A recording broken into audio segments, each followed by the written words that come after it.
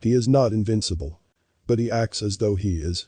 A masculine man is the only reason why we have reached this far in society.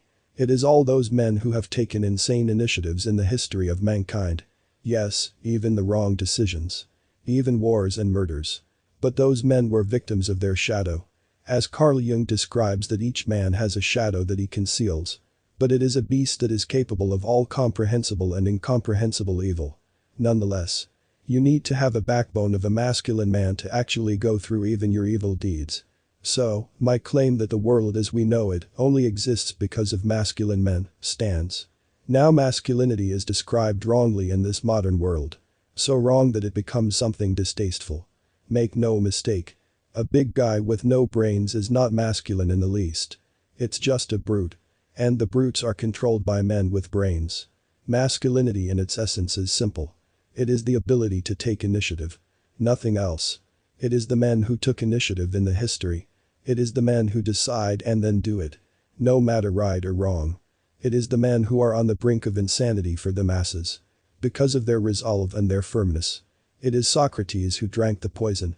Now this is absolute insanity when you think of it. But this man has shaped the world as we know it. And he is continuing to do it even after his death. It is the madman of ancient Egypt who decided to build the pyramids.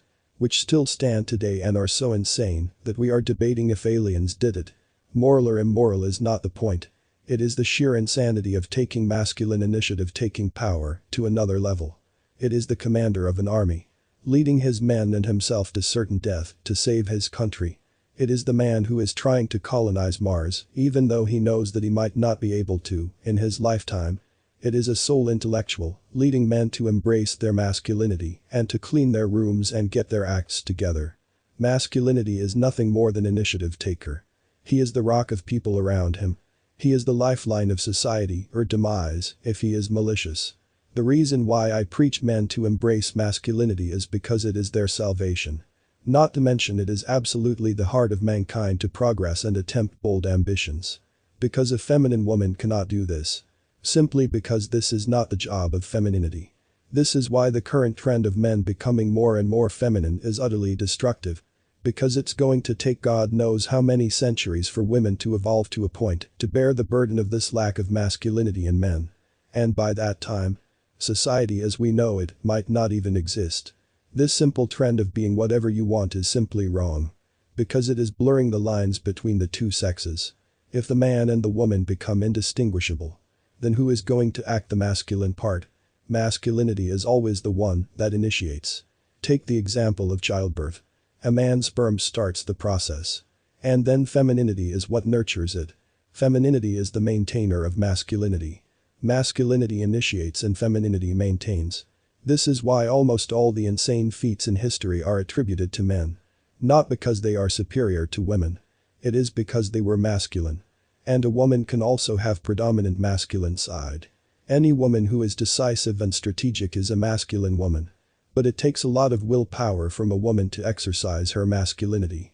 Because in the end, she is a woman. And masculinity is 9 times out of 10 her second nature. Not first. Therefore, either we must demand women to fill in this gap due to the rise of feminine men. Or open the eyes of men.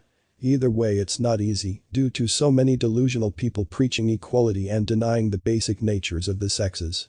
If we put this burden on women, then as men, we can't hurt women any more than this. It's going to break so many beautiful and feminine women that it's just utterly gruesome. And then society is sure to become toxic even more as there is less and less femininity to maintain and heal. So, to keep the balance, men must become men. The initiative taker. The decider and the leader. And if they don't embrace it, then the downfall of the world is certain. You cannot expect women to replace men. Simply because it's not a role. Even our mind has a masculine and feminine part. Conscious mind acts as masculine as it asserts and affirms. While the subconscious conceives and obeys. From the book The KYBALION. Every single creative process of the universe has masculine and feminine energies behind it. Even the creation of celestial bodies. Masculine initiates and femininity conceives and maintains. This is why women have a hard time making decisions. Not because she isn't smart enough. But because she has relatively more difficulty in affirming or dictating her conscious mind. So, she overthinks and oftentimes exhausts herself. This is why she needs a masculine man by her side to help her through it. Now this may trigger some, as though women are being portrayed as weak. Not in truth. You can't sustain your masculinity if a feminine woman is not maintaining it. This is how the madmen of the history came into being. Raw masculinity unleashed because there was no femininity to maintain him. Or the scar of rejection from femininity also initiated the beast to go wild. Nonetheless, without a feminine woman, man is just a beast. So, she holds even greater power than man. Masculine men hold the advancement of mankind, while feminine women hold the sustainability of mankind. So, you can guess what will happen if this balance is destroyed.